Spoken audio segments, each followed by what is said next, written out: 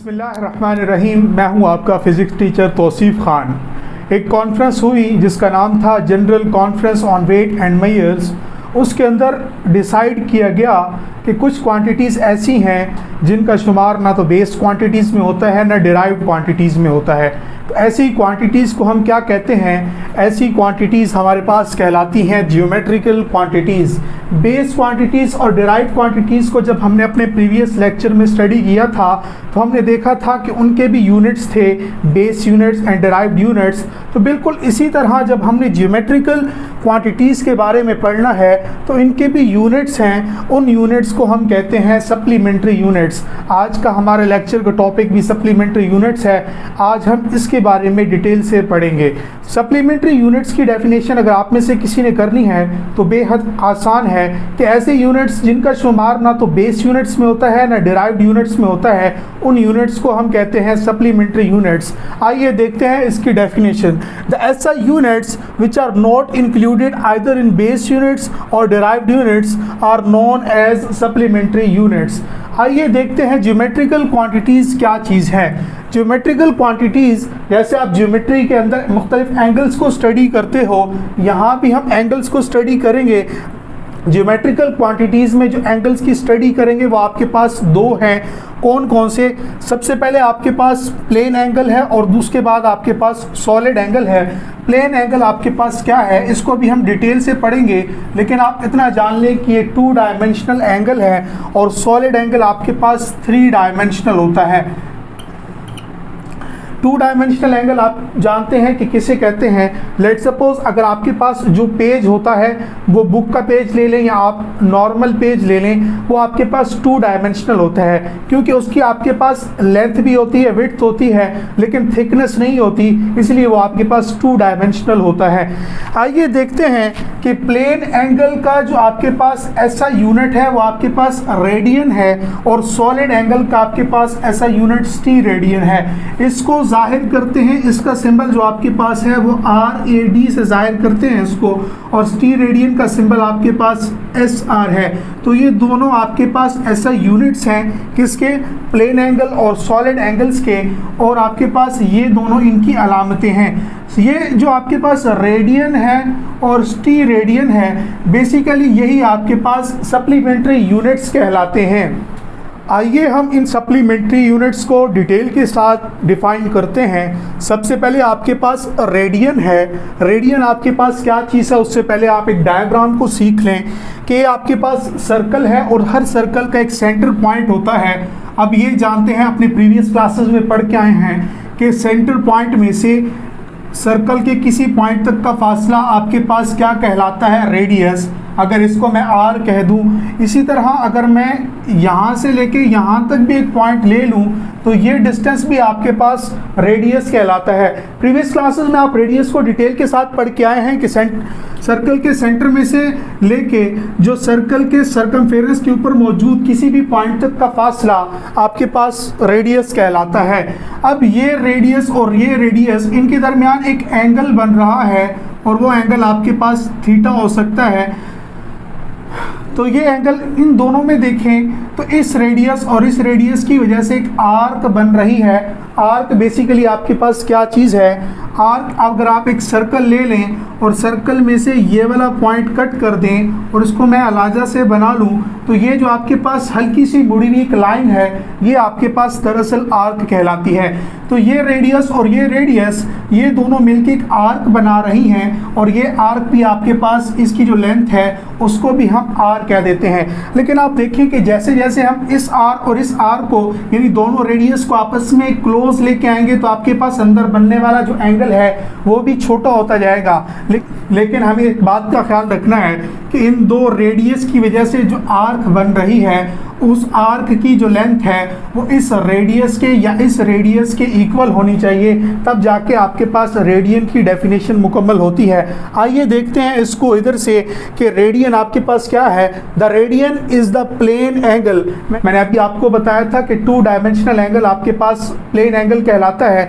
जब मैं white board के ऊपर एक सर्कल को ड्रा करता हूँ तो ये आपके पास 2 डायमेंशनल ही होता है कि the radian is the plane angle. ये प्लेन एंगल है किसके दरमियान? दरमियान बिटवीन टू रेडियाई, अगर आपके पास एक हो तो उसको हम रेडियस बोलते हैं, रेडियस की जमा आपके पास रेडियाई है, तो बिटवीन टू रेडियाई, एक ये वाला रेडियस और ये वाला रेडियस, तो दोनों मिलके two radii of a circle. तो सर्कल में मौजूद दो रेडियस एक एंगल बनाते हैं, और वो कौन सा एंगल है? प्लेन एंगल, जो आपके पास टू डायमेंशनल है, जिसकी वजह से which cut off on circumference and arc, जिसकी वजह से आपके पास ये जो सर्कमफेरेंस ऑफ सर्कल है उसके ऊपर हमारे पास एक आर्क मिलती है, आर्क बनती है। उस आर्क की जो लेंथ है वो किसके इक्वल है? To the radius of circle, equal in length to the radius of circle. ये थी रेडियन की डेफिनेशन। रेडियन की एक और आसान डेफिनेशन है, ये तो मैंने आपकी टेक्स्ट बुक से उठाई है। चूंकि मैं फर्स्ट ईयर की फिजिक्स पढ़ा रहा हूँ तो मैं बाउंड हूँ फर्स्ट ईयर की फिजिक्स की टेक्स्ट बुक तक, लेकिन अगर आपको इससे भी आसान और जामिया डेफिनेशन करनी है तो मैं आपको वो भी समझा देता हूँ। कहते हैं जी कि द एंगल सबटेंडेड, सबटेंडेड का मतलब होता है फॉर्मेशन, एंगल का बनना। Angle subtended at the centre of circle by an arc, एक आर्क की वजह से सर्कल के सेंटर में एक जो एंगल बनता है, हुज लेंथ, यानी आर्क की जो लेंथ है, whose length is equal to the radius of the circle. तो ये आपके पास रेडियन की एक और डेफिनेशन है, लेकिन 2 नंबर लेने के लिए आपको इसको मजीद कुछ ऐड करना पड़ेगा। आप जानते हैं कि आपके पास जो 1 रेडियन है वो आपके पास इक्वल होता है 57.293। ये जो 9 है इसमें से एक आपके पास 2 के अंदर ऐड होके, तो बाज़ लोग इसको 57.3 डिग्री भी लिखते हैं। ऐसा कैसे आया? आप जानते हैं कि सर्कमफेरेंस ऑफ सर्कल जो है आपके पास दायरे का जो एक कंप्लीट मुहित होता है वो आपके पास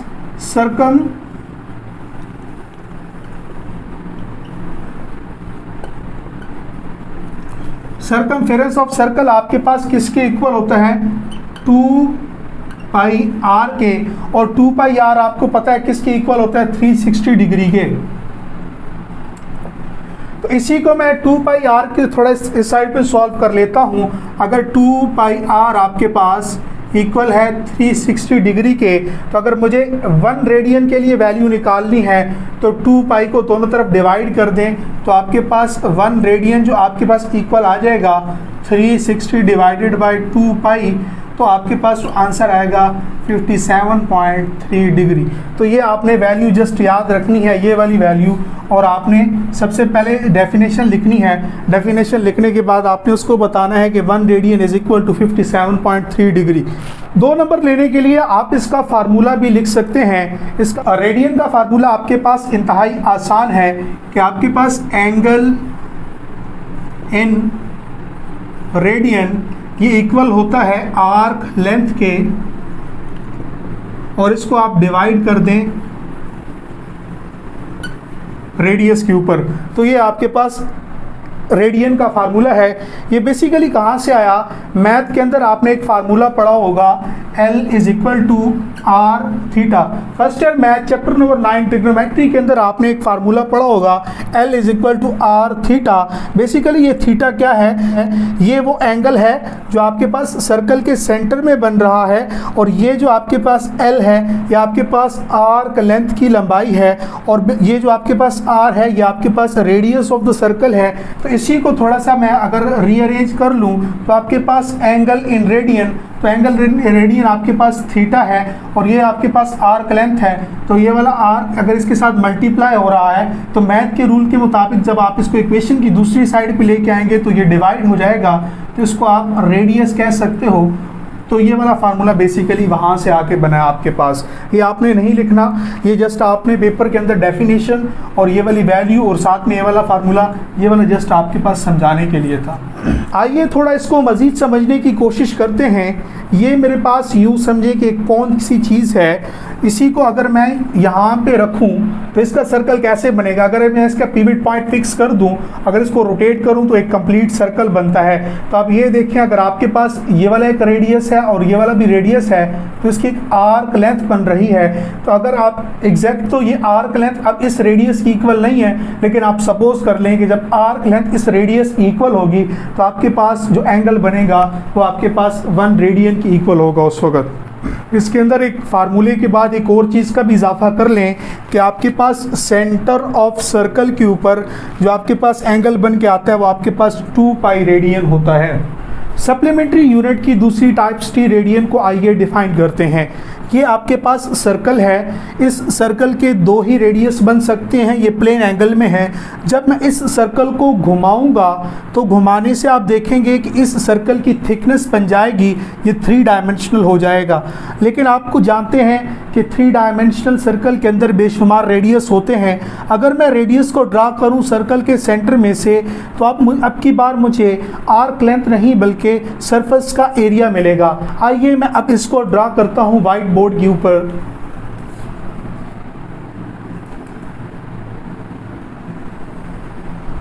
ये आपके पास सर्कल है, उस सर्कल का सेंटर है, उस सेंटर से जो मैंने यहाँ पे रेडियस ड्रॉ किए थे, बेसिकली ये कोई 2 रेडियस नहीं है, ये 1 से ज़्यादा या 2 से ज़्यादा रेडियस हैं।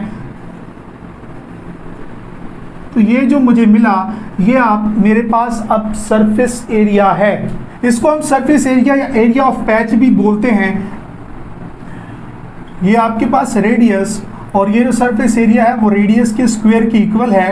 तो आपके पास जो एंगल बनेगा वो आपके पास 1 स्टीरेडियन बनेगा।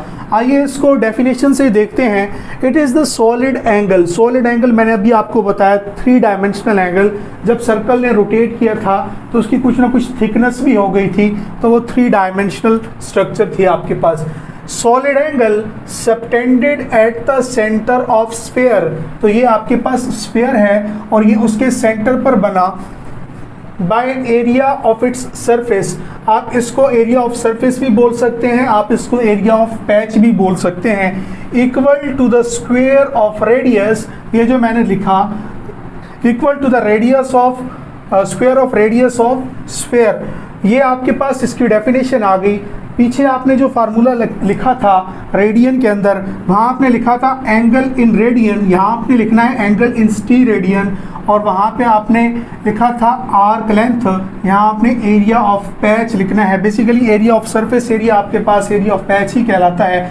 वहाँ पे जस्ट आपने रेडियस लिखा था, यहाँ आपने रेडियस का स्क्वायर लिखना है। तो ये दोनों फार्मूलाज आपने लाजमी लिखने हैं अगर आपको 2 नंबर मुकम्मल लेने हैं। इसी तरह आप देखें कि सेंटर ऑफ स्फीयर के ऊपर आपके पास जो एंगल बन रहा होगा वो आपके पास 4 पाई टी रेडियन की इक्वल होगा।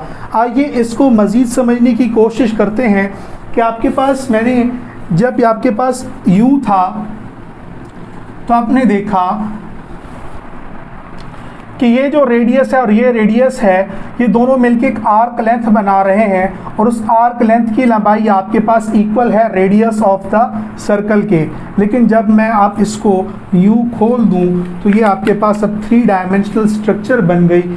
इसके अंदर आपके पास जो एरिया ऑफ पैच है वो इक्वल होगा आपके पास square of the radius of the sphere के। इसके साथ आप देखें कि टी रेडियन एंगल आपके पास कहाँ पे आके बनता है। तो अगर आपने कॉर्नेटो खाई हो और कॉर्नेटो का वो जो लास्ट वाला पार्ट है जो इंतहाई टेस्टी होता है, वहाँ आपके पास एक कंप्लीट एंगल बनता है जिसको आप 1 स्टीरेडियन बोलते हैं। उम्मीद है कि आपको समझ आई होगी। अगले लेक्चर तक के लिए इजाज़त दीजिए। अल्लाह हाफिज़।